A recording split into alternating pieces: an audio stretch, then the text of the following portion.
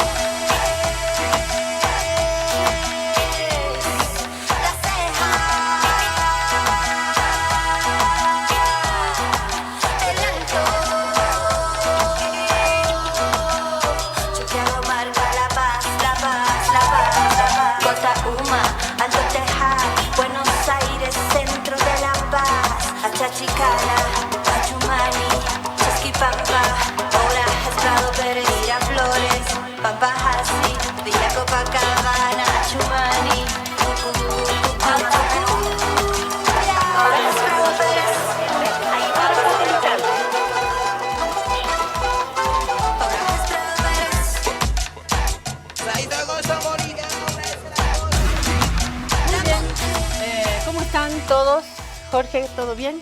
Perfecto. Bien. Se viene el día de la primavera. Vamos a venir un poquito más acá. Ahí. Se viene el día de la primavera, sí. Día del amor, el domingo. Sí. El 21 es domingo. ¿Sí? Bueno. Tenemos Víctor Hugo Romero, a ver. A ver, ¿qué tenemos? Ahí está. Este es el sello para exportar nuestra carne a Egipto, señor presidente.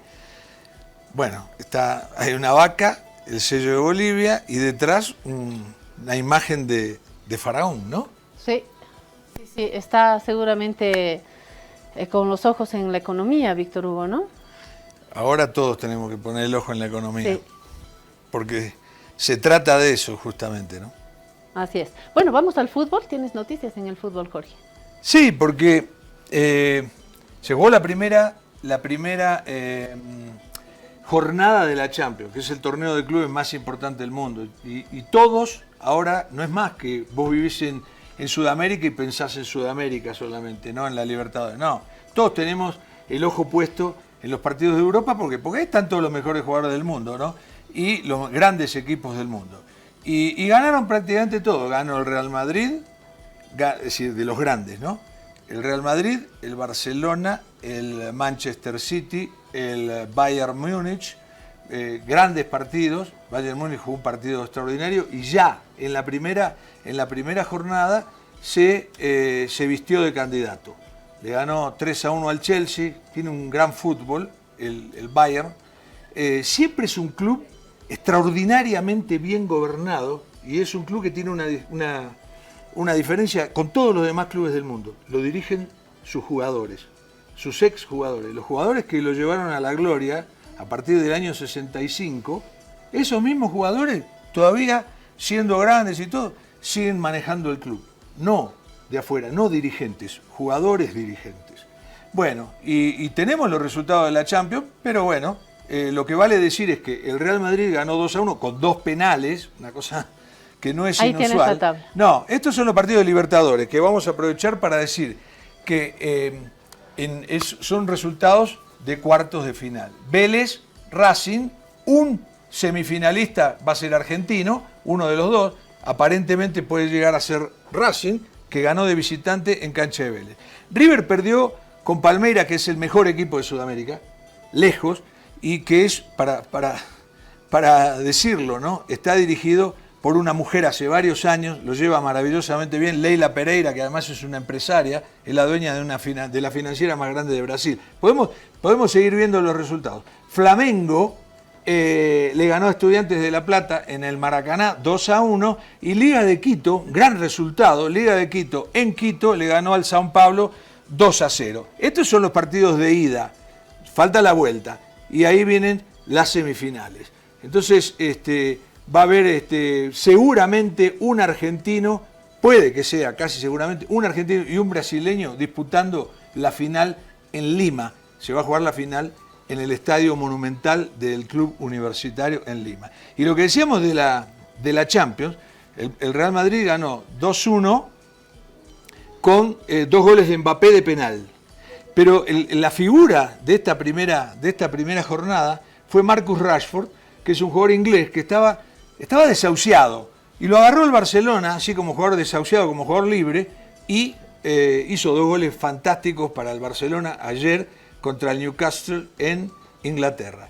Eso es lo que hay que decir. Y una cosa que también puede llegar a parecer muy poca cosa, pero que puede llegar a ser importante. Gracias a su triunfo sobre Brasil, Bolivia ascendió un puesto en el ranking mundial de la FIFA. Y el ranking mundial de la FIFA va a ser importantísimo para ver quién juega el repechaje, es decir, contra quién juegas el repechaje. Y si tenés que jugar 2 partidos o 1 solo.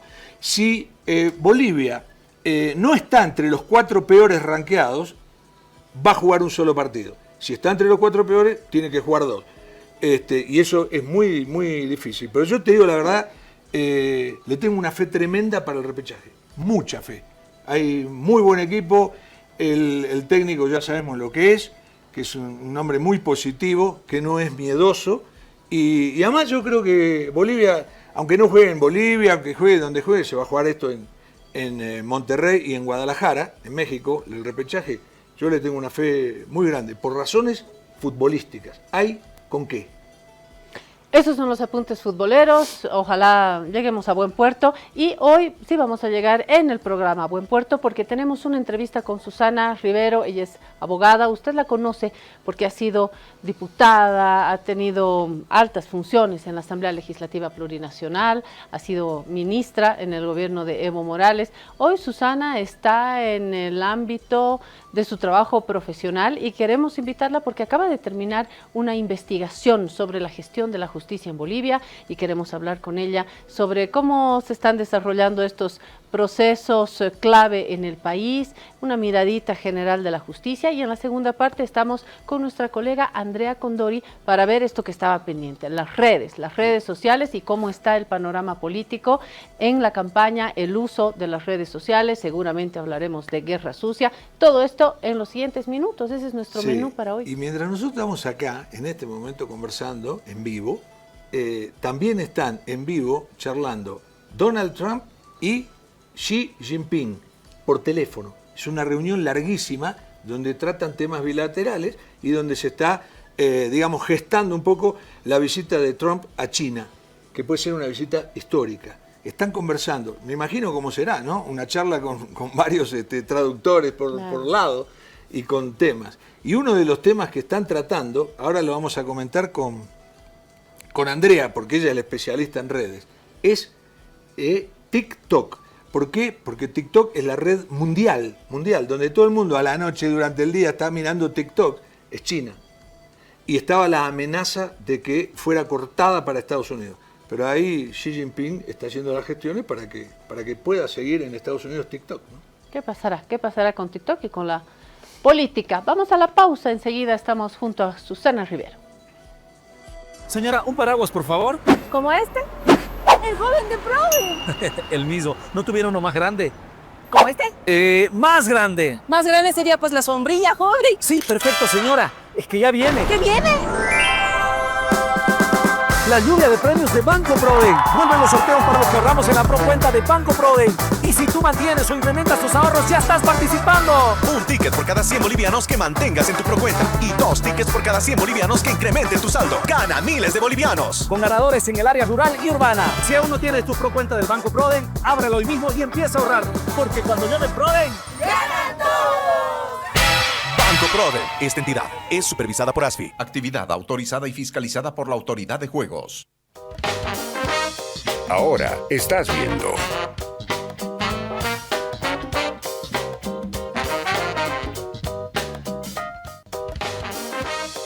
Continúas viendo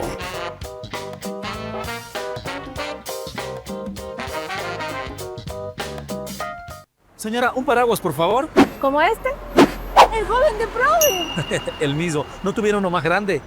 ¿Como este? Más grande. Más grande sería pues la sombrilla, joven. Sí, perfecto, señora. Es que ya viene. ¿Qué viene? La lluvia de premios de Banco Proden. Vuelven los sorteos para los que ahorramos en la procuenta de Banco Proden. Y si tú mantienes o incrementas tus ahorros, ya estás participando. Un ticket por cada 100 bolivianos que mantengas en tu procuenta y 2 tickets por cada 100 bolivianos que incrementen tu saldo. Gana miles de bolivianos. Con ganadores en el área rural y urbana. Si aún no tienes tu procuenta del Banco Proden, ábrelo hoy mismo y empieza a ahorrar. Porque cuando llame Proden, ¡ganan todos! Banco Proden. Esta entidad es supervisada por ASFI. Actividad autorizada y fiscalizada por la Autoridad de Juegos.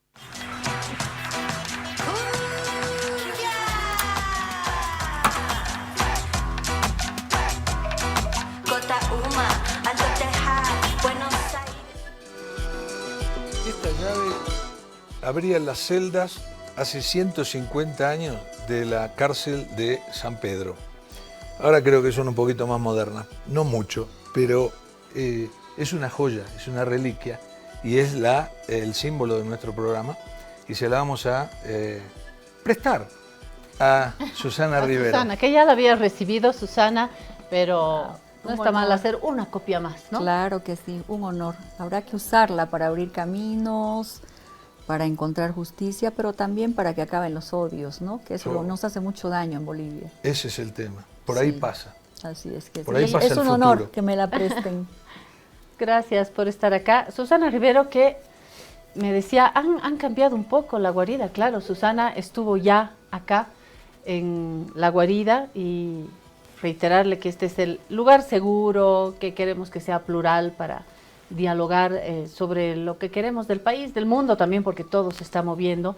Y la primera pregunta es, ¿qué ha sido de la vida de Susana en este último tiempo? Susana, ustedes la conocen porque ha sido servidora del país en varias facetas, ha sido en su primer momento investigadora, ha trabajado mucho en el campo, conoce de tierras, de propiedades, de la justicia de la tierra boliviana.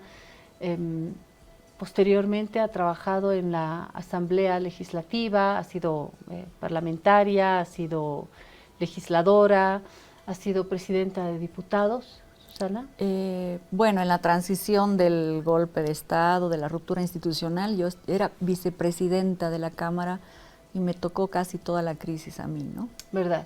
Y ha sido ministra también, ¿en qué carteras? En Desarrollo Rural y Tierras en un primer momento, 2007, y un pequeño periodo en otra cartera de Estado en Desarrollo Productivo y Economía Plural. Pero siempre en relación al territorio, sí, a la justicia que tiene que ver con la tierra y el desarrollo productivo, por supuesto. En la Asamblea, en momentos difíciles, Susana es abogada. En sus orígenes, Susana ha estudiado artes y es fotógrafa, pero le tocó luego estar muy cercana a la política. ¿Y qué ha sido de la vida de Susana este último tiempo? Bueno, he estado estudiando 2 años, he hecho un masterado para hacer, recién he defendido mi tesis de maestría. Acabas de defendernos, Susana. Sí, en Derecho Penal y Procesal Penal. Con un énfasis en la mujer, ¿no? Sí, mi investigación para optar al título fue el litigio estratégico basado en estándares internacionales para juzgar con perspectiva de género en la tutela de los derechos de las mujeres víctimas de violencia, ¿no? O sea, bueno, estos son nuevos mecanismos que hacen al derecho moderno, al derecho penal moderno, que pretenden incorporar al litigio penal normal una serie de herramientas para proteger sectores vulnerables. Se aplica el litigio estratégico y con estándares internacionales a mujeres víctimas de violencia, a pueblos indígenas, a medio ambiente, a tierra y territorio, que necesitan mecanismos reforzados para ejercer la tutela de sus derechos, ¿no? El litigio estratégico se aplica cuando hay vacío normativo, cuando existe la norma pero no se la aplica bien, cuando existen distorsiones, cuando se necesita incorporar a la legislación interna los estándares internacionales y también para visibilizar patrones sistemáticos de violencia, ¿no? En el último tiempo en Bolivia se ha generado una tendencia a presumir que la Ley Especial de Protección a las Mujeres que es la ley 348. Es una ley mal utilizada, es una ley que las mujeres la utilizan para presionar a sus pares, a sus parejas o exparejas. Sin embargo, las estadísticas muestran cifras alarmantes. Anualmente, la Fiscalía reporta que el 2024, por ejemplo, atendieron 45.000 causas penales por delitos de violencia, de las cuales 34.000 corresponden a violencia intrafamiliar y doméstica, y el resto a violación niño-niña y estupro. O sea, los 10 principales delitos cometidos en Bolivia tienen que ver con las mujeres. Pero también hay un diagnóstico que publicó el Ministerio de Justicia y Transparencia Institucional en el 2021, que es la única cifra oficial que tiene el Estado, digamos, no han hecho un diagnóstico nuevo, que dice que ingresan al sistema 77.000 causas penales anualmente, de las cuales solamente algún movimiento investigativo tienen esas 45.000 que acabo de mencionar, pasan a jueces de sentencia y a tribunal apenas el 7%, y 1% logra sentencia. Entonces estamos ante grados de impunidad alarmantes, ampliamente criticados, no solamente por la Comisión de la Mujer de la Comisión Interamericana de Derechos Humanos, el propio relator García Sayán, siguen insistiendo que en Bolivia existen serias brechas para que las mujeres puedan acceder a la justicia y puedan encontrar o romper estos grandes patrones, no solamente de violencia estructural, sino para romper la impunidad, ¿no? ¿Pero esto es por indolencia judicial o porque el sistema se ve superado? Por varias causas, ¿no? No solo mi investigación, sino los organismos internacionales refieren que siguen en el propio sistema judicial sin aplicar la ley como corresponde, la están aplicando a varones, imagínense, con una mala interpretación respecto a lo que implica la igualdad. De hecho, desde la Convención para la Eliminación de todas las formas de discriminación contra la mujer, que es de los 80, y la Convención Belén do Pará, que también es de esa época, los estados han reconocido que para llegar a la igualdad ideal, a la igualdad formal, los estados deben desarrollar una serie de mecanismos y positivos, además positivos, efectivos y favorables a la mujer para llegar a esa igualdad. Es decir, el ideal de igualdad siempre va a estar ahí, pero no existe una igualdad real entre hombres y mujeres en Bolivia, ¿no? Y hay una serie de estereotipos en investigadores, en juzgadores, que hacen que se reproduzcan patrones de revictimización, poca pericia, diríamos, en términos de investigativos también. O sea, casi todas las causas que ingresan se quedan ahí en investigación y muy pocas llegan a sentencia, ¿no? Pero además hay esa distorsión, ¿no?, de que la ley la están aplicando a varones. No, decía que en términos mundiales llegar a una igualdad entre varones y mujeres en cuanto al acceso a la justicia, en cuanto a lo que una mujer recibe como pago de su trabajo, acceso a varios universos de la vida privada. A nivel mundial se ha determinado investigaciones que pueden pasar décadas y décadas, muchas décadas para llegar a una igualdad. Pero lo que quería preguntar, y antes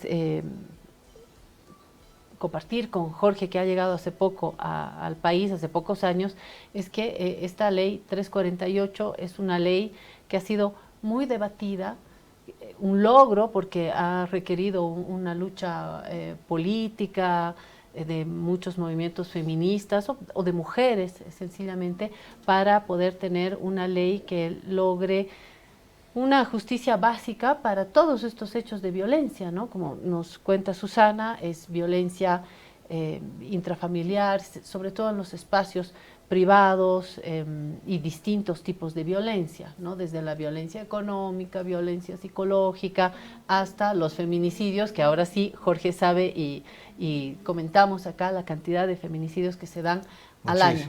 Entonces, para lograr tender un mínimo puente que nos lleve a esta igualdad, está esta 348 que, como bien sabes, Jorge, ha sido una ley muy debatida.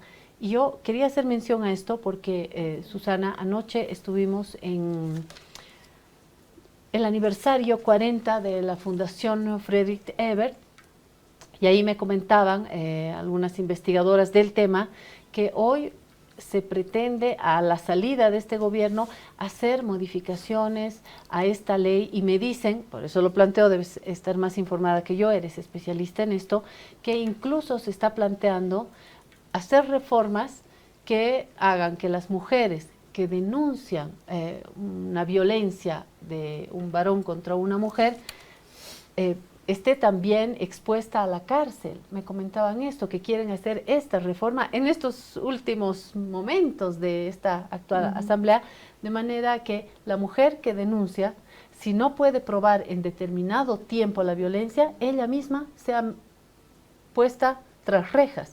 O sea que esta llave sí la podemos dar a estas reformas, ¿no? La llave de las cárceles para las mujeres que denuncian y no pueden probar. ¿Estoy loca, Susana, o no, va por ahí? Es una absoluta arbitrariedad ese proyecto de ley. Entiendo, está en una comisión.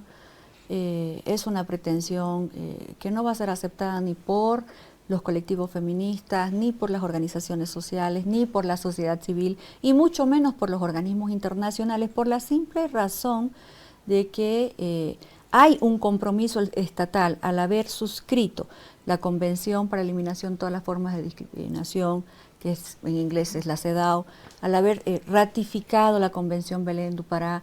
La propia Constitución establece en su artículo 256 y en el 410 que cuando se trata de derechos humanos se debe aplicar incluso esos instrumentos internacionales por encima de la propia Constitución.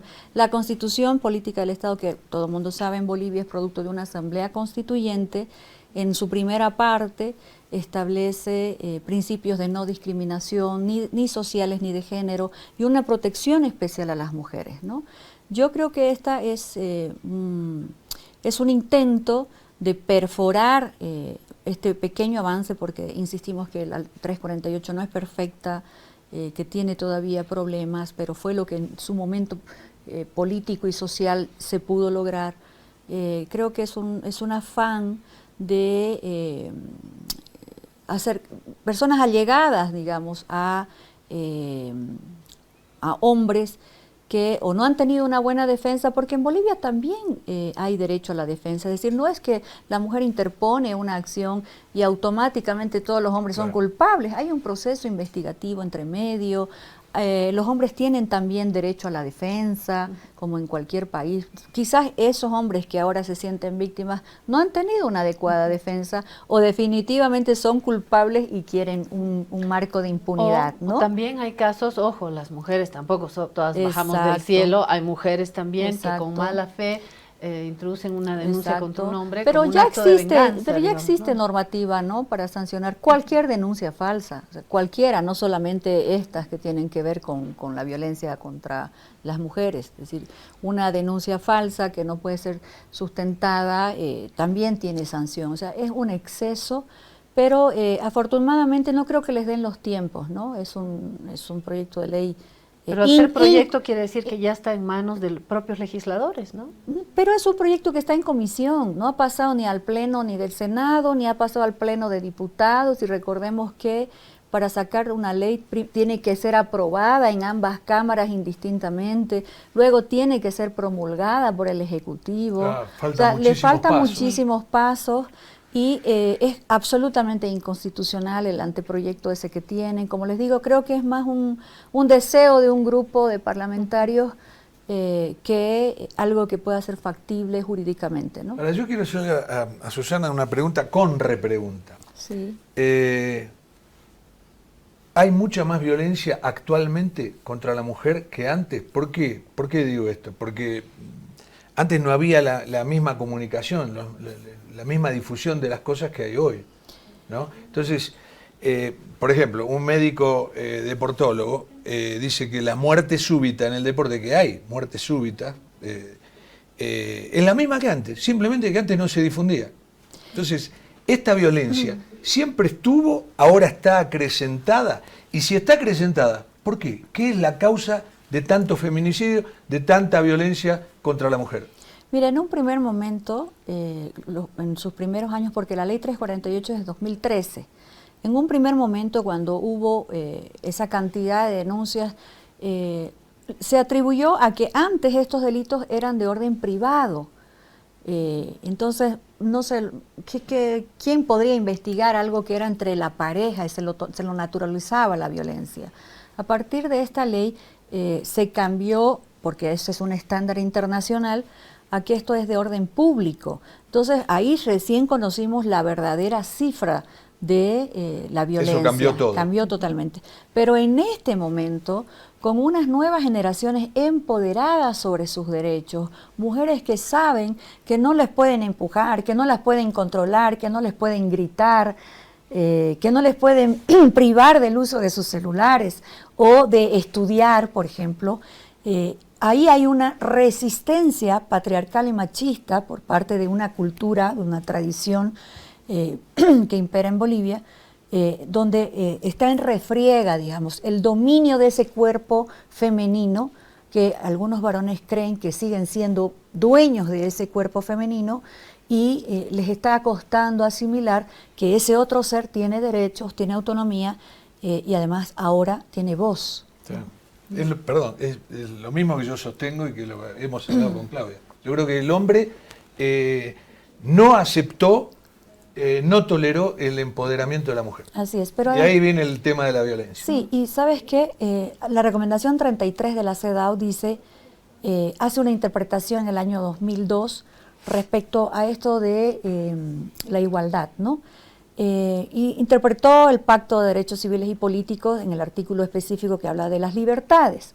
Y por supuesto que está reconocida la libertad de ideas, de religión, de cultura, pero esta interpretación dice, sobre ese artículo, que los estados tienen que cerciorarse de que esas libertades de religión, de tradiciones, de cultura, no interfieran en los derechos de las mujeres y mucho menos en su posibilidad de acceder a la justicia, ¿no?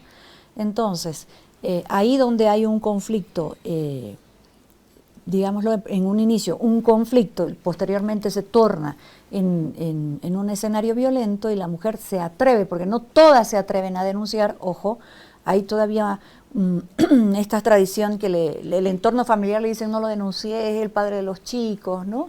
Entonces las que se atreven a denunciar... Por razones económicas también. Claro, las que se atreven a denunciar, ahí encuentran entonces toda una muralla de estereotipos entre policías investigadores, fiscales, profesionales médicos, incluso el IDIF, que es el instituto que hace las investigaciones forenses, y los propios jueces, que desde el momento que la mujer ingresa a una denuncia, ya tienen sus preconceptos y esos preconceptos los vuelcan en su trabajo. Entonces, la mujer al final tiene hoy en día doble discriminación. La discriminación por la propia violencia que vive y la discriminación porque no puede acceder a la justicia. Pero aparte, con los datos que diste al comienzo, debe ser muy triste para una mujer. Recibe violencia de su marido, de su pareja, y cuando va a presentar la denuncia, que se atreve a hacerlo, tiene unas posibilidades, no sé, un 5% de que prospere. Así es. Nada. Sí. Claro, porque hay un sistema, como acaba de describir Susana, viciado. Por todo. Y no solamente la violencia de la pareja, creo que son muchos los casos, y no sé si ya hay estadísticas de violencia y agresión grave, cuando no feminicidio, de exparejas. Y acá se hace muy evidente lo que está contando Susana. Y lo que manifiestas también, Jorge, ¿no? Un hombre que se ve ante la impotencia. El hombre no ha sabido resolver el empoderamiento de la mujer. Y se fue la mujer, pero además no solo de su actual pareja, sino de una expareja, ¿no? De una pareja que le da bronca o porque la perdió, porque se fue con otro, o porque no deja ver a sus hijos, o porque le está pidiendo pensiones. Entonces, a esa expareja le cae, o por un amor todavía, o por un nuevo odio, le cae el peso de esa violencia que en muchos casos se paga con muerte, ¿no? Creo que acá hay que poner también la mirada. Y hay una investigación muy interesante que ha hecho el Observatorio del Ministerio de Gobierno hace algunos años, que dice, además entrevistaron a todos los feminicidas sentenciados que están en las cárceles de Bolivia. Y es un estudio sociológico para identificar un poco las motivaciones, ¿no? Y ellos no se consideran delincuentes. O sea, la han matado, están sentenciados, están purgando pena, pero ellos no se Pasa consideran. que, delincuente es una palabra que sirve para tal vez para otra cosa. Pero no se, ellos sí son asesinos. pero o sea. no se consideran como tal. O sea, no consideran que han hecho algo malo, Exacto. ¿verdad? Los que ya están cumpliendo pena, imagínense la gravedad de la situación social en la que están las mujeres, y por eso los organismos internacionales están permanentemente insistiendo, exhortando, llamando la atención a Bolivia. García Sayán lo dijo el 2023, que existe, como les digo, una seria brecha en el acceso a la justicia a las mujeres, porque los propios feminicidas sentenciados asumen que no han hecho nada malo. Y Susana, debe haber una estructura justificativa de todo esto, porque se han hecho varias entrevistas, algunas deben ser entrevistas en profundidad, Sí. se pueden sacar como ciertos patrones de Sí. por dónde va la Sí. justificación, Claro, ¿no? ese patrón habría que Sí. conocer. Sí. La Ahora may- pregunto, ¿sabemos, hay una estadística para saber cómo estamos en Bolivia en tema de feminicidio o violencia contra la mujer con relación a otros países del mundo? Es muy alto, es mucho más alto que Brasil, mucho más alto que Chile o Argentina, que son países de la región. Y en Bolivia el departamento más violento es Santa Cruz, donde mayor incidencia en delitos contra las mujeres es Santa Cruz, segundo lugar La Paz, tercer lugar Cochabamba. Tendrá que ver otra vez con estructuras, con un camino machista más, Así es. más anclado, ¿no? Así es. Y en esta justificación vuelvo a la pregunta, ¿qué patrones hay? ¿Qué es lo que de manera general está en la mente de estas personas que han asesinado a sus parejas? Bueno, el estudio de los Sí. feminicidas. Hay patrones de crisis económica al interior de la relación. Puede ser una relación de matrimonio, de concubinato o una simple relación. Uno de los factores que inciden más es la propia frustración que tienen ellos al no poder lograr su realización personal y se desquitan con la pareja, ¿no? Cualquier estímulo de autonomía de la pareja, es decir, voy a salir con mis amigas, o voy a estudiar, o voy a tener 2 trabajos y ya no te puedo ver hoy día, cualquier decisión, Sí, claro. hasta decisiones sencillas que puede tomar una mujer, o que la mujer reclame, ¿no? Che, ¿dónde estuviste? Tenemos problemas económicos, no puedes irte a beber, o sea, cualquier mínimo estímulo detona la frustración individual que tiene ese ser humano por no haber logrado o llegar a fin de mes con su economía, o no conseguir trabajo, o no conseguir lo que esperaba él sobre sí mismo. Es decir, son frustraciones individuales las que se Y van, estallan las que por un estallan tema a cualquiera de ellos. cualquier situación. Sí. En una entrevista con la directora de la Coordinadora de la Mujer, me enteraba de que hay trabajos de investigación que dan cuenta también de que esta violencia va circulando al interior de la estructura familiar. Sí. Comienza acá en el varón, digamos la pareja, el marido, el padre, que tiene por estas razones este estallido de violencia, y la mujer a su vez recicla esto y termina también dando una dosis de violencia en casa contra sus hijos, agrede a los hijos. Sí. Los hijos también devuelven esta violencia recibida y terminan pateando al perro. O sea, así es como la espiral de la violencia termina Sí. afectando a todos los seres dentro Y por de eso un hogar, mucho ¿no? tiempo hemos estado planteando que se debe trabajar en la educación, ¿no? Porque es en ese momento en que se puede romper ese patrón heredado de violencia o de comportamiento de los progenitores, ¿no? Pero ha sido muy difícil cada vez que se plantea, ni siquiera como educación sexual, sino como una educación más cívica, digamos, ¿no? Hay resistencia, en Bolivia hay muchos colegios privados, interfieren juntas de padres, interviene la iglesia o las iglesias, entonces ha sido muy difícil abordar el tema desde ese ámbito que muchas investigadoras coincidimos que es el momento en el que se puede cambiar el patrón, ¿no? De la violencia estructural. Interesante cómo la Sí. tesis de Susana nos ha llevado a toda esta reflexión, ¿no? Mira, La tengo pregunta introductoria, sí. anotadas otras 3 o 4, pero seguimos con esta porque es bárbara, ¿no? Sí. Es Muy apasionante. interesante. Yo lo que digo, el otro día tuvimos acá la noticia, que no recuerdo quién nos la dio, que creo que Lourdes Montero, el 51% Sí, Lourdes. de la composición del Parlamento son mujeres. Es una buena noticia. También creo que aunque se dice que hay una desigualdad laboral, la mujer avanzó muchísimo ahí, en ese campo. Sí. Vos fíjate que hay mujeres que son presidentas de bancos, hay mujeres que son miembros del comité o de la, ¿cómo se llama?, del ejecutivo de todo. En puestos de decisión en la banca. En todos los órdenes. En eso es lo que más se avanzó Así es. laboralmente, la mujer. Eso es una favor. Pero Lo que también no se es un puede resolver detonante. es el tema intrafamiliar. No, Ahí pero es también es un detonante, porque ese empoderamiento, volviendo a lo mismo que dijiste, genera eso puede generar un recelo del hombre, ¿no? Sí, claro que sí. Ahora tienen un enorme desafío las mujeres políticas que han logrado llegar, algunas con muchísimos méritos, otras han rellenado cuotas como suele suceder, las veremos en cancha de aquí a poco, pero de acuerdo a los reglamentos de las dos cámaras, las principales carteras las tendrán que ocupar la fuerza que ganó la elección en primera vuelta, y las mujeres seguramente presidirán importantes comisiones.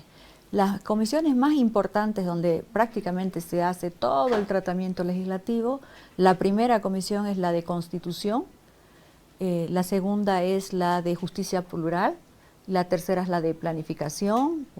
En el Senado están fusionadas, pero son esas tres donde, y la de Autonomías, que es donde prácticamente se mueve casi todo el trabajo de ambas cámaras, ¿no? Yo te digo, voy a un hecho común, ¿no? Si tenés un juicio, tenés una demanda, lo digo como hombre, y no por tirar flores, porque no me gusta tirar flores, pero si te toca una demanda, querés que te toque una mujer de jueza. O sea, uno cree que hay menos posibilidades de que pueda venderse, de que la puedan presionar. En eso la mujer es bárbara, ¿no? Lo mismo pasa que si te detiene la policía y te detiene una mujer, vos crees que va a ser más justa que si te detiene un hombre. Es más, vas por la ruta, pasaste el límite de velocidad y te paran. Si es un hombre decís arreglo, con el hombre decís arreglo, con la mujer decís ¿cómo arreglo? Sí, suele pasar eso. E incluso, mira, ahora que lo tocas el tema parlamentario, nosotras en nuestra generación siempre decíamos, no es lo mismo una ley tratada por hombres que una ley donde hay mujeres en el debate.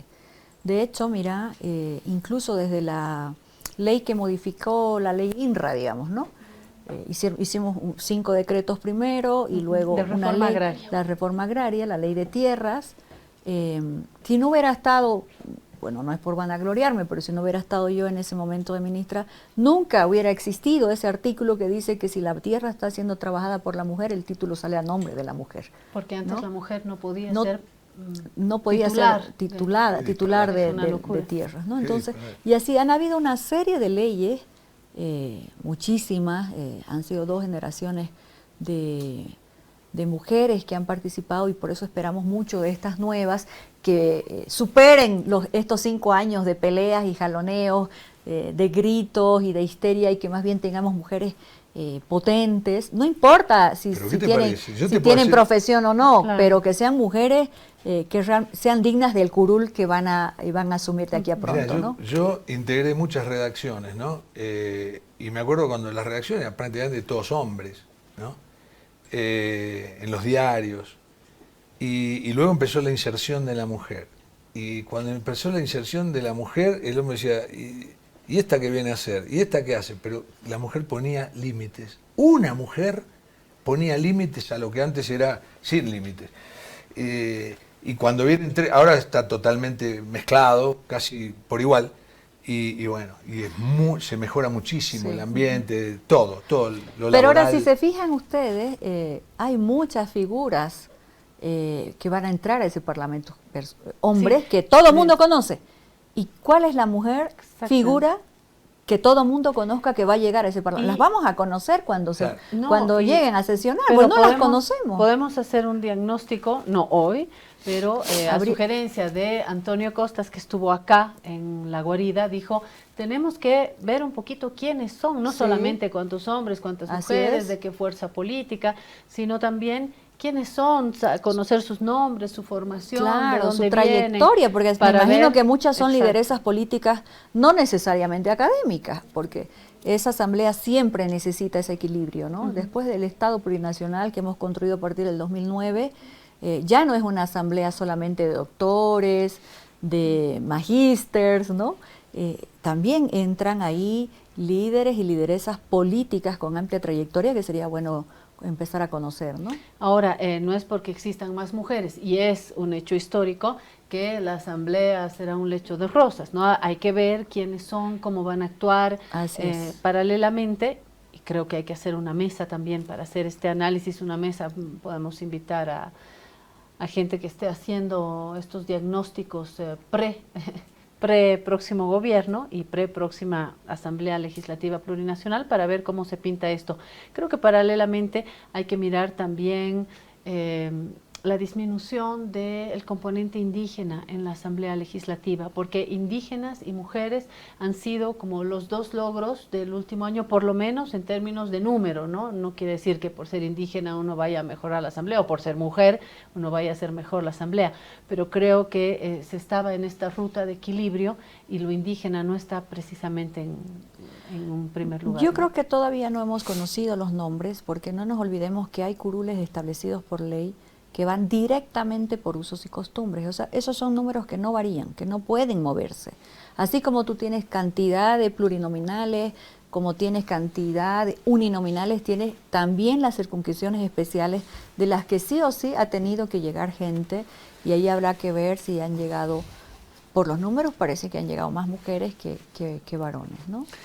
Susana, ya que estamos con las mujeres, que nos monopolizó la charla, ¿cómo ves este tema de la denuncia de paternidad de esta ex funcionaria de la AJAM, ¿no? Sí. Contra el presidente Luis Arce.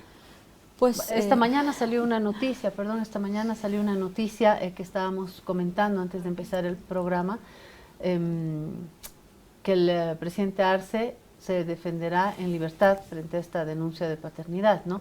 Y a esta pregunta, Jorge, yo quisiera añadir algo más que tiene que ver con las redes. Sea presidente, no sea presidente, porque tenemos casos del presidente Arce, del expresidente Morales, de actores políticos de la oposición, en fin, hay una serie de casos de actores políticos.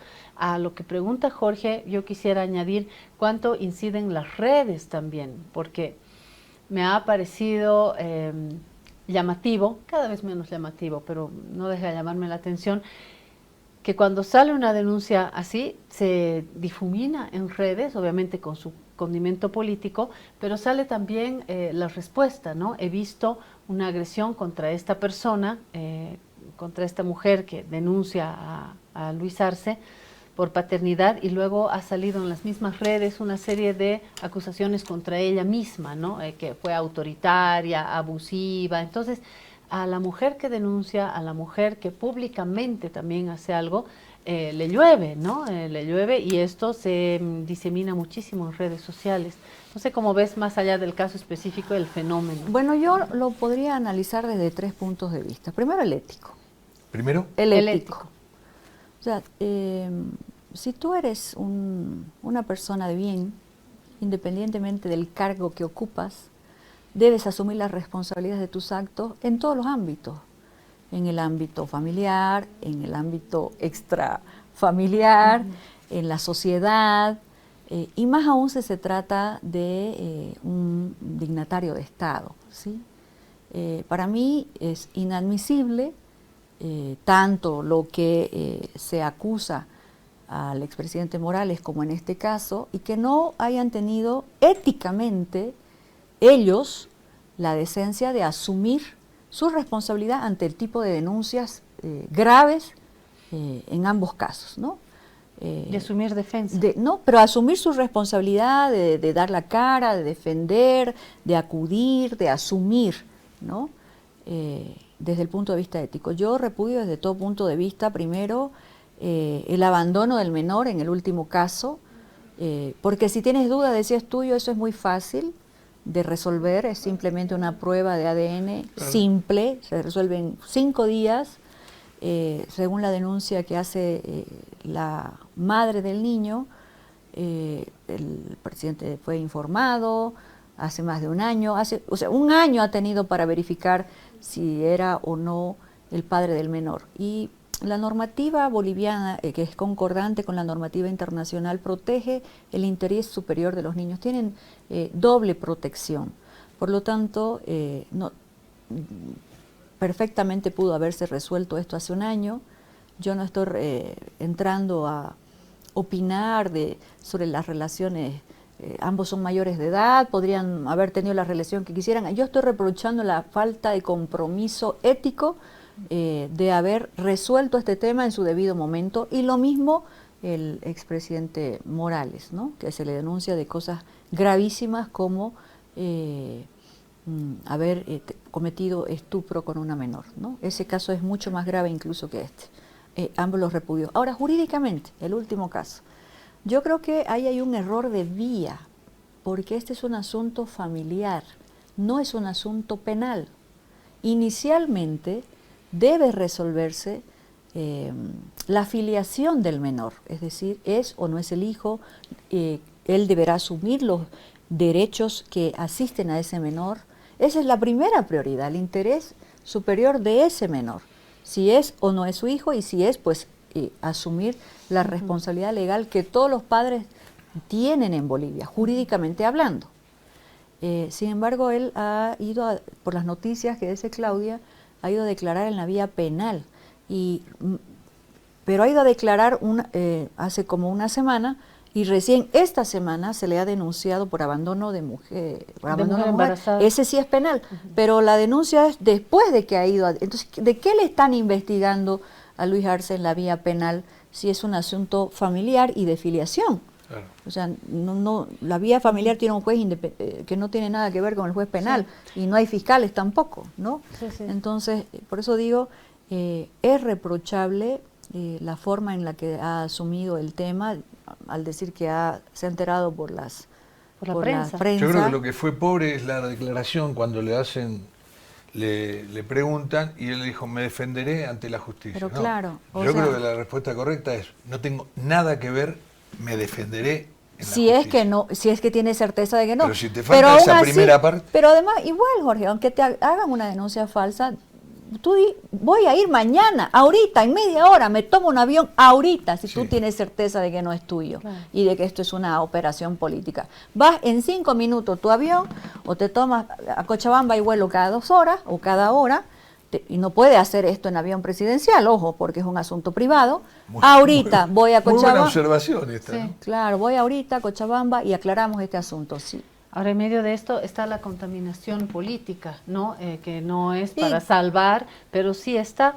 En el caso de Evo Morales conocemos todos el niño que fue y que no fue. Al final no se probó la existencia del niño. Vino un grupo de periodistas hasta de la CNN. Es decir, está también este tema político que me parece también que habla de la ética. Con ¿no? mayor razón, ¿no es cierto? Si tú sabes que hay este tipo de cosas y que en plena doble campaña en la que estamos ahorita, y con todos los odios que hay entre unos y otros, con más razón tenés que propender a esclarecer los hechos lo antes posible. Lo antes posible. Yo creo que, mira, ahora que vos mencionás el caso anterior, ha pasado exactamente lo mismo. O sea, cuando ha salido Evo Morales a hablar del tema, había una serie de contradicciones, no te daban certeza. Y hoy, en un mundo, volviendo al tercer tema del que hablaba Jorge, o vos, de los medios y las redes, con mayor razón, tu respuesta tiene que ser contundente e inmediata. Porque en la inmediatez, valga la redundancia, en la que vivimos, donde el celular te da 1.000, 2.000 reproducciones por minuto, es cuando mayor responsabilidad tienen que tener los actores políticos, no solo sobre estos temas, sino sobre cualquier otro, ¿no? O sea, si no aclaras las cosas, si no muestras una actitud seria, proactiva de resolver la situación, luego no puedes bajar la atención sobre ese tema. Yo tengo una pregunta, dos, pero la primera que me parece más importante, el tema de Sencata y Sacaba, ¿quedará impune?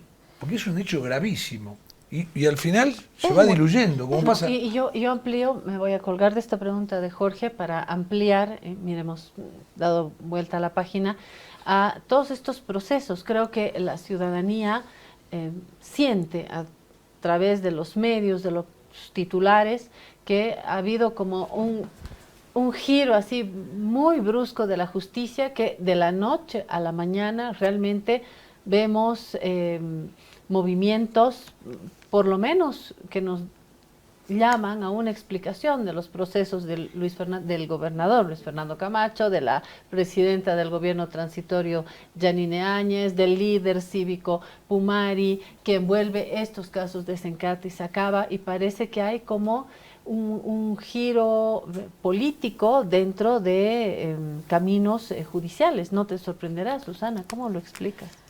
Bueno, lo que pasa es que, yo me he expresado sobre esto en reiteradas oportunidades. Por ejemplo, en el caso de Yanine Áñez, ¿no? A Yanine Áñez se la ha investigado y se la ha sentenciado, tiene sentencia ejecutoriada y por eso está cumpliendo condena en Miraflores cuando ella era senadora. El caso Golpe 2 fue por la asunción ilegal que hizo Yanine Áñez. Es decir, ella entre el 10 de noviembre de 2019 hasta el 12 de noviembre de 2019 a las 5 de la tarde, cuando ella llega desde el domingo declara que va a llegar a La Paz a convocar a sesión para considerar las renuncias de los exmandatarios.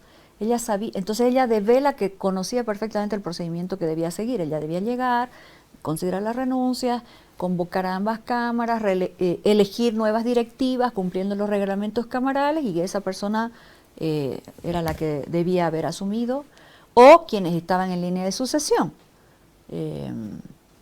Ella, sin quórum, todo el mundo ha visto las fotos, todo el mundo conoce los videos, se autoproclama presidenta y se va al palacio y los militares le ponen la banda. Ella está sentenciada hasta ese momento en juicio ordinario, como cualquier persona, como tanto que senadora. Como una senadora normal, ¿ya? A partir de el 12 de noviembre a las 7 de la tarde, cuando ella ya está en el palacio sentada, ella es una presidenta de facto. Nadie la eligió, no la eligieron los votos, no la eligieron ni sus colegas parlamentarios en la asamblea, no hay resolución, pero es presidenta de facto. Igual que fue Pinochet, igual que fue García Mesa, igual que fue Fujimori, y todos los presidentes de facto han tenido juicio de responsabilidades, porque tú no puedes decir, vale su mandato para convocar elecciones, para suscribir créditos, para prorrogar mandatos de concejales, alcaldes, asambleístas departamentales, porque hay una ley que ella promulga. O sea, no puede valer su presidencia para esas normas, pero no vale para que se pueda defender con el privilegio que le corresponde. Entonces, eso es lo que ha sucedido. Primero voy a hablar por eso de Sencata y Sacaba. A partir del 12 de noviembre a las 7 de la tarde de noviembre de 2019, la señora Áñez es presidenta de facto y le corresponde juicio de responsabilidades. Y por eso, todas las masacres que están identificadas en el informe GIEI de la Comisión Interamericana de Derechos Humanos, los muertos, los actores, todo el movimiento de tropas de Sanandita que trajeron a La Paz para matar a los alteños, el calibre de las balas, las autopsias, todo eso debía haber sido tramitado desde un principio como juicio de responsabilidades, y no fue así. Porque no había una viabilidad en la Asamblea Legislativa, es la explicación, ¿no? Pero es una explicación política, no jurídica. O sea, ¿cuándo intentaste...? Susana, pero, a ver, pasámelo en limpio. ¿Esto la absuelve? No. ¿La beneficia? No, espérate. no terminó, ¿no? O sea, no viste nunca una sesión para tratar el juicio de responsabilidades de Yanine Áñez en estos 4 años, nunca en la Asamblea. No hubo una sola sesión. Se hizo un ejercicio mental de que por ahí no iban a aprobar. Nunca se lo hizo, se fueron directamente por la vía ordinaria. Y todos los abogados en este país, abogados serios, te pueden decir lo que te estoy afirmando. O sea, no puedes llevar a ningún presidente, así sea de facto, a la vía ordinaria. Es imposible. Error jurídico. Es un error jurídico. Ahora, no ha acabado ahí. Se puede intentar nuevamente el juicio de responsabilidades en la Asamblea, y si no te aprueba la Asamblea, le haces el juicio internacional que le hicieron a Fujimori. A Fujimori nunca le hicieron juicio de responsabilidades en Perú. Lo sentenciaron en la Corte Interamericana. Y es la Corte la que se encarga de presionar para que no acceda a ningún beneficio interno, porque hay obviamente delitos muy graves entre medio. O sea, hay distintas vías para que todas las masacres, porque no solamente es la de Sacaba y Sencata, han habido 3 masacres, todas ellas pueden ser juzgadas a nivel internacional, si es que la Asamblea Legislativa nueva no aprueba el juicio de responsabilidades. Otra cosa son los demás. Otra cosa son Marco Pumari, lo de Resistencia Cochala, lo del propio gobernador cruceño, lo de los militares. Esos no tienen fuero, no tienen ningún privilegio, esos van a seguir con sus juicios en la vía ordinaria. Pero ya se han liberado militares. Lo que ha sucedido, Claudia... Es que no tenían sentencia. No, esperen, lo que ha sucedido es que les han dado...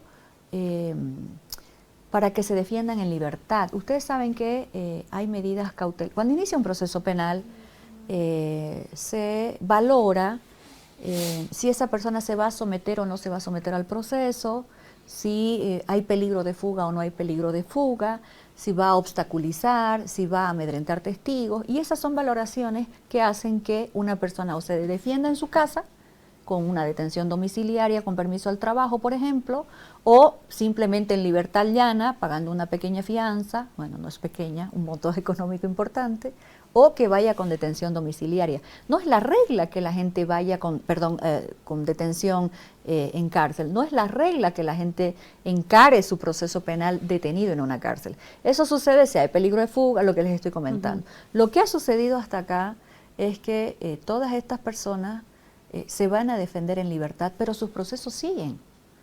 Sus procesos no han sido anulados.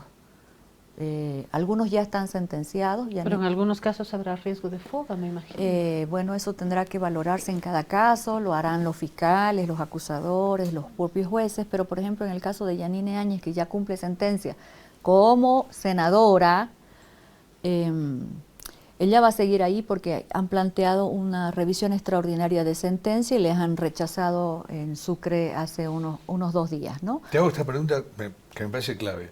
Digo, mañana ganan Rodrigo Paz o Tuto Quiroga. O sea, es que el poder político está por sobre el poder judicial, porque lo vemos en todas las leyes, en todas las sanciones. Y entonces, lo que pregunto, ¿pueden decir, pueden dar un indulto, pueden dar una orden para que sean liberadas? Por ejemplo, el caso de Yanine Áñez. Hay indulto que puede plantear el presidente, pero estos indultos son siempre por cierto tipo de delitos, ¿no? No se puede en todos los casos y son decisiones presidenciales. Puede indultar el presidente, pero esto se aprueba en la Asamblea, tiene su procedimiento. Todos los años hay indultos presidenciales, siempre puede hacerlo cualquier presidente. Pero cuando se trata de delitos mayores, ¿no? Por ejemplo, es que son distintos los casos. En el caso del señor Pumari, yo tengo entendido que su proceso en Potosí es por la quema del Tribunal Electoral. Acuérdense que hasta personas saltaban de las ventanas para no quemarse, y él asumió la responsabilidad de ese hecho, parado en una camioneta con los videos que fueron de conocimiento público. Los de la Resistencia Cochala están identificados con nombre y apellido en esos informes especiales de derechos humanos, tanto de la ACNUD, de la Oficina del Alto Comisionado de Naciones Unidas para los Derechos Humanos, y también en el de la Comisión Interamericana, en el del GIEI. Lo de estos muchachos, por ejemplo, han sido sentenciados en Sucre pero solamente por cosas menores, deterioro del patrimonio estatal. Al final los fiscales les retiraron el delito principal, que era la fabricación de las armas, ¿no? Pero estos tienen un proceso en Cochabamba, otros procesos en Cochabamba. Sin embargo, participaron hasta como candidatos en las últimas elecciones. Es que ese es otro tema. La normativa boliviana dice que puedes tú ser candidato hasta que no tengas sentencia ejecutoriada. Puedes tener sentencia de primera instancia, igual nomás puedes ser candidato, tiene que estar ejecutoriada. Y ese proceso de resistencia Cochala en Cochabamba es un proceso muy serio, porque ahí hay data de violaciones estoy hablando, y violaciones a campesinas, esos son asuntos serios. Hay mucha ¿no? información. Ahí ese es otro proceso.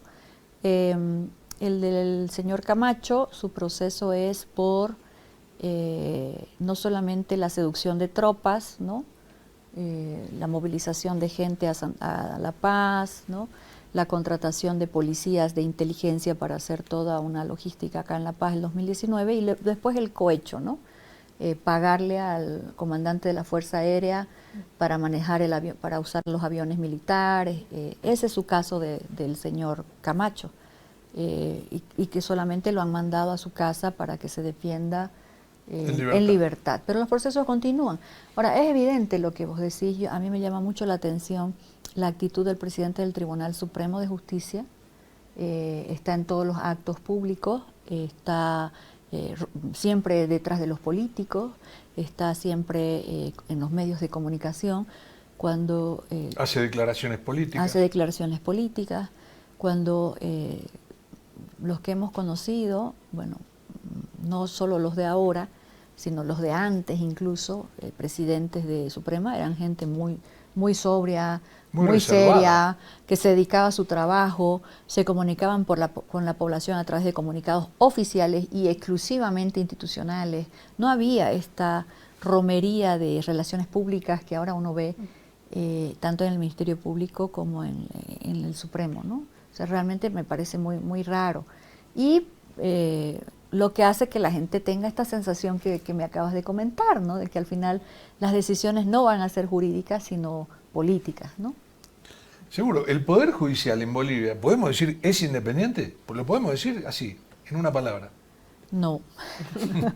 Clarísimamente. No. Y lo hemos analizado con el expresidente Eduardo Rodríguez Belcé acá, haciendo además un recorrido histórico, ¿no? De que esto no solamente es ni responsabilidad del gobierno de Arce, ni de Evo Morales, ni de Sánchez de Lozada, ni de Jaime Paz, sino comienza en el inicio mismo de la República y en la concepción misma de la normativa, de la estructura legal. Este es un tema histórico, ¿no? Que ha ido se alimentando ahora, políticamente y de separación de poderes, creo que no podemos hablar. Ahora si ustedes se fijan en otros países, Estados Unidos, que ahora está de moda otra vez hablar de Estados Unidos, el presidente pone ministros de su Corte Suprema, pone fiscal general, directamente a quien le guste. Designa. El tema es la formación ética de esas personas también, ¿no? Que es un poco lo que se está cuestionando en Bolivia ya hace unos 3 años, ¿no es cierto? Se amplían mandatos, fallan a la conveniencia del poder de turno. Sí. Los autoprorrogados, Susana Israel Quino, que también estuvo en esta guarida, nos mandó uno de sus tweets, uno de sus trinos, donde nos recordaba que ni el candidato ni la propuesta de Jorge Quiroga, ni la propuesta de Rodrigo Paz nos dice claramente qué van a hacer con los autoprorrogados. Sí, y es algo serio, ¿no? Algo muy serio, porque diría yo que en Bolivia en este momento gobierna el Tribunal Constitucional, no los que están ya hace un tiempo ya, ni ¿no? siquiera en el Ejecutivo, ni siquiera en el Legislativo, que el primer poder debiera ser el Legislativo.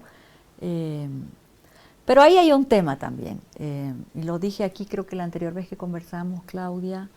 El Legislativo se ha dejado cercenar sus facultades jurídicas y se ha sometido a sus facultades políticas, ¿no? El poder electoral también. Pero por falta de liderazgo. hay que decir las cosas como son. Cuando yo estaba de parlamentaria, yo he hecho juicios de responsabilidades a 2 consejeros de la magistratura, a 2 del Tribunal Constitucional y a 1 con el anuncio de que le iba a iniciar su juicio lo he hecho renunciar, porque también ellos sabían que había la capacidad de hacerlo, ¿no? En esta legislatura yo no escuché nunca a ningún parlamentario hacer declaraciones certeras respecto a sus obligaciones políticas y al compromiso con la gente. Parece que todos entraron en pánico, todos tenían miedo o optaron por la comodidad de cobrar su salario a fin de mes y no hacer nada, ¿no? O sea, definitivamente. Ahora vos fíjate, un país donde no funciona la justicia, y no funciona, o por lo menos no funciona bien, genera una impotencia tremenda en la sociedad. Pero además esa sociedad entrevé que es una herramienta, simplemente que tiene la política para sancionar o para liberar. Pero aparte tiene otro costado. Bolivia en este momento necesita inversiones, e inversiones internacionales, no locales. Las locales no dan para levantar económicamente al país. ¿Y qué piensa o qué pide, qué exige un inversor internacional cuando va a venir a un país? Seguridad jurídica. Bueno, yo no voy a venir a poner $1 millón y sé que mañana me lo quitan. Por eso los contratos internacionales no se someten a la jurisdicción boliviana y tienen cláusulas de arbitraje internacional. Precisamente por estas distorsiones, ¿no?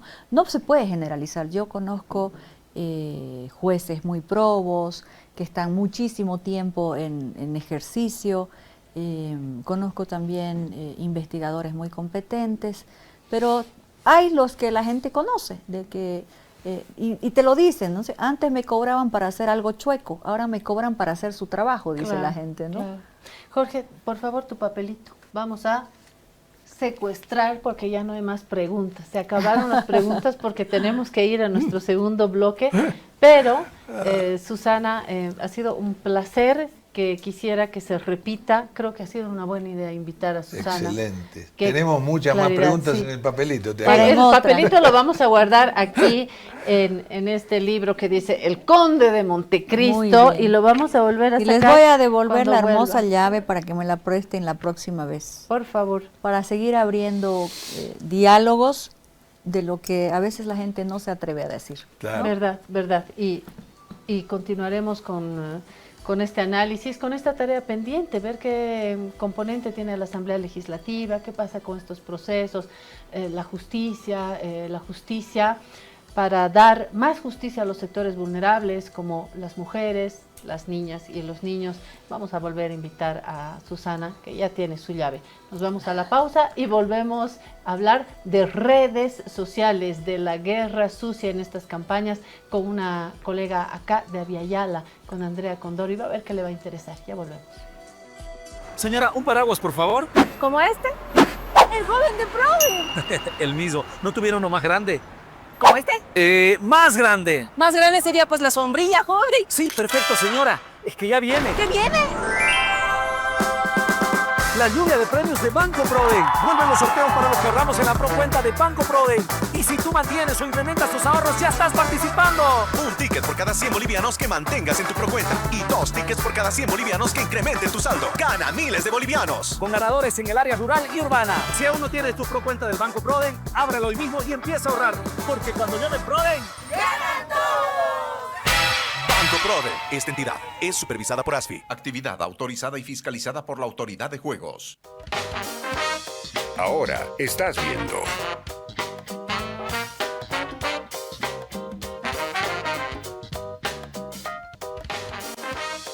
Continúas viendo.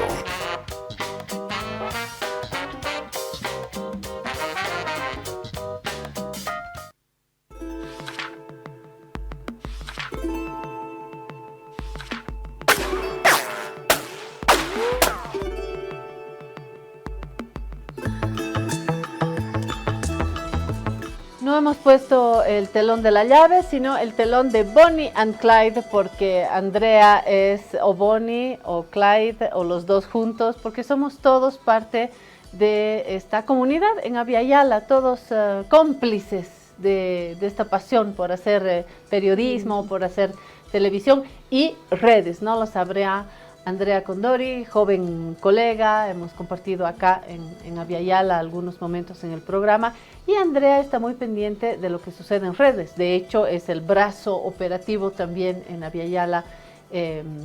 Para eso lo ha sido, ahora está con el desafío de un programa.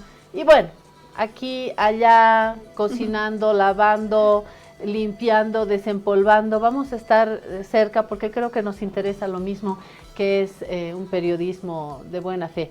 No, te doy la bienvenida porque eres parte de la casa, Andrea. Muchas gracias, Claudia. ¿Qué tal, Jorge? Bueno, yo estoy muy agradecida de recibir la invitación y siempre dispuesta a venir a charlar con ustedes, ¿no? De estos temas que son muy importantes para lo que está ocurriendo en el país, ¿no? Y bueno, particularmente lo que está ocurriendo ahora en redes con respecto a las elecciones, a la segunda vuelta particularmente.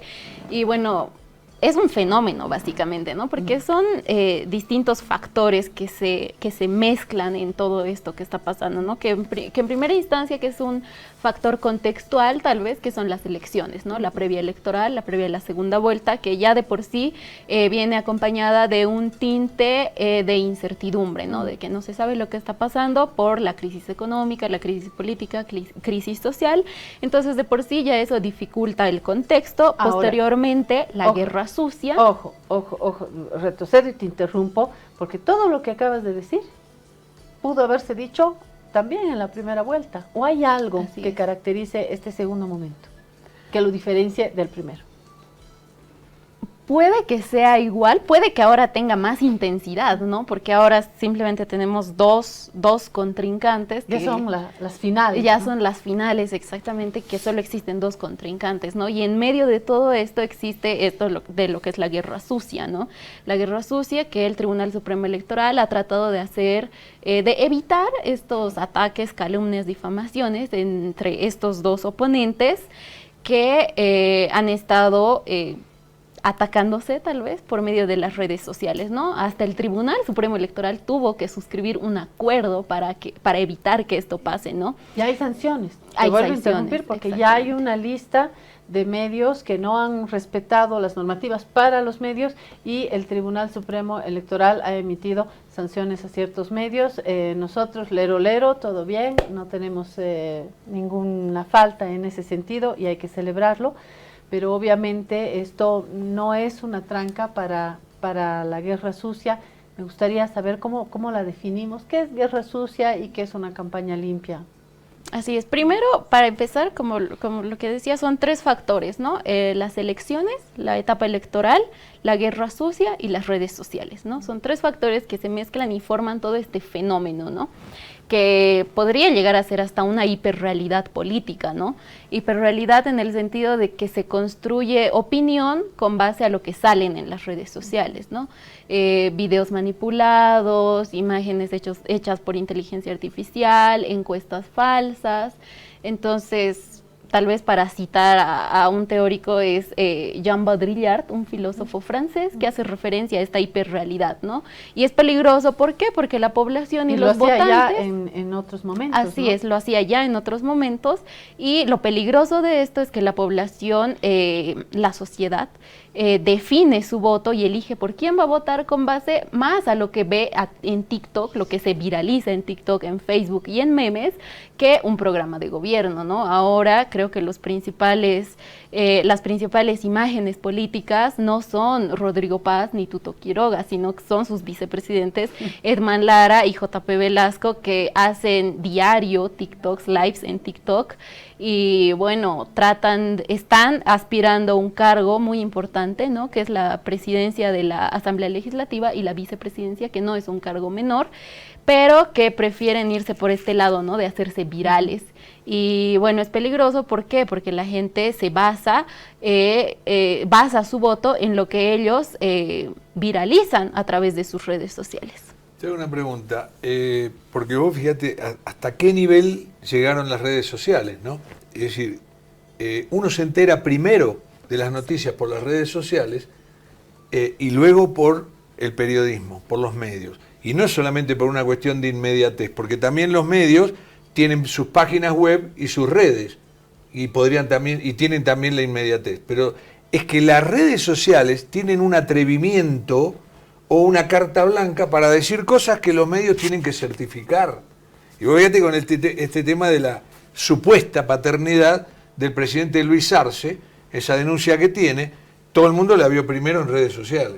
Y tardó, no sé, 2, 3, 4 días hasta que salió en los medios. De hecho, los medios hemos tenido como conjunto una función más, no sé si cautelosa o temerosa, pero salta alguna cosa y los medios primero miramos desde nuestra ventana, ¿no? Ahora, cruzamos, exacto. verificamos, vemos si tenemos la valentía, vemos contratos publicitarios y después pueden dar las redes sociales, que tiene a favor y en contra el mismo hecho, Esto. que es, se pueden lanzar inmediatamente con esa libertad, ¿no? Que puede ser de buena fe, o bien la pueden usar como ese clásico mecanismo de tirar la piedra y ocultar la mano, Sí, porque el anonimato Claro. circula muchísimo. Aparte de esto del tema del anonimato, las redes sociales se basan ahora en inteligencia artificial, como decía recién Andrea. ¿Y cuál es el problema? Vos ya no sabés qué es verdad y qué es mentira, porque todo se puede hacer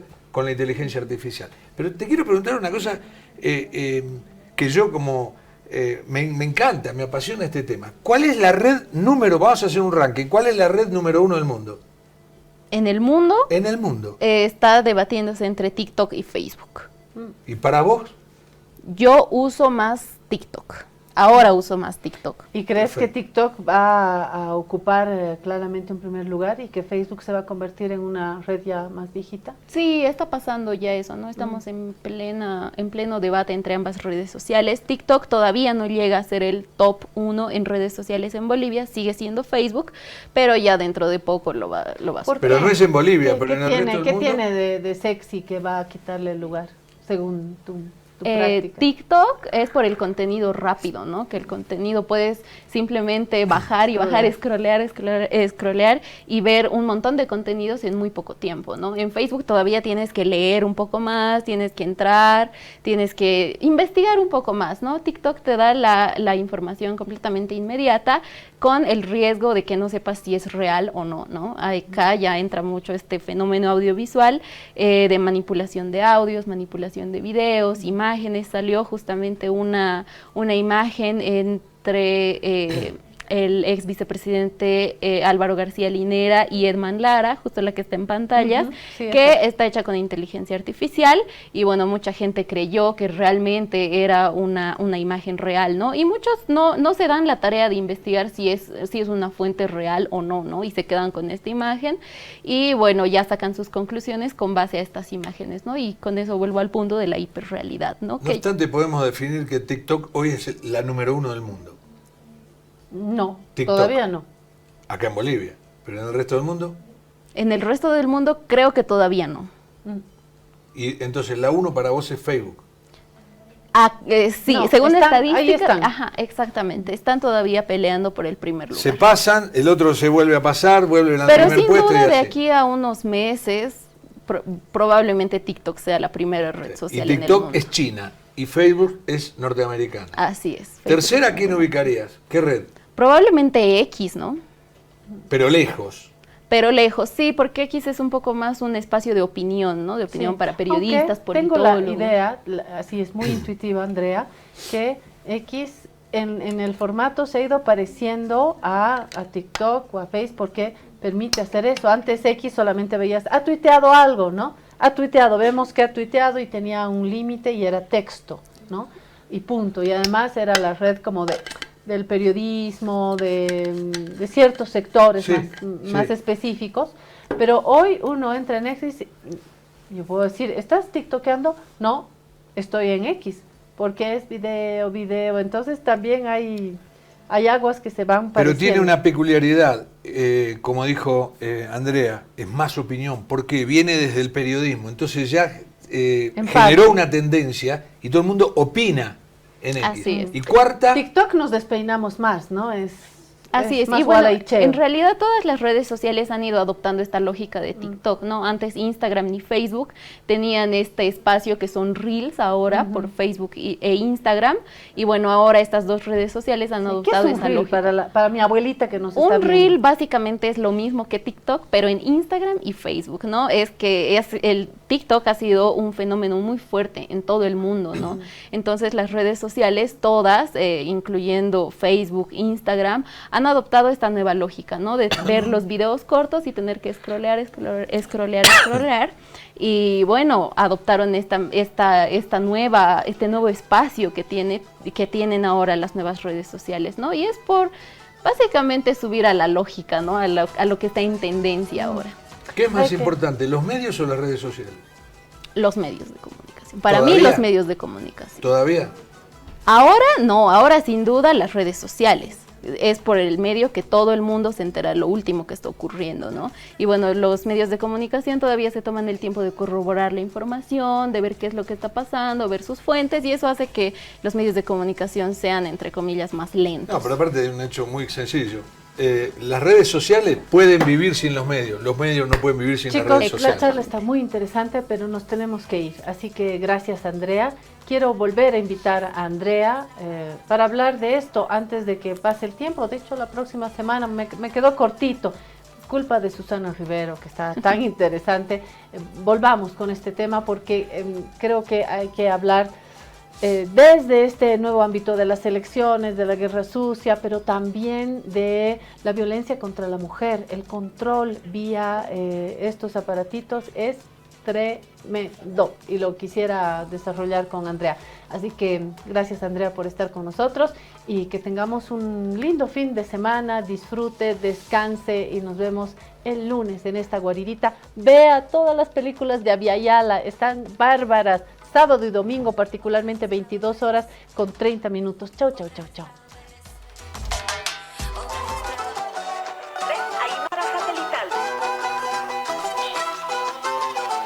Primer plato, Radio Tutipa.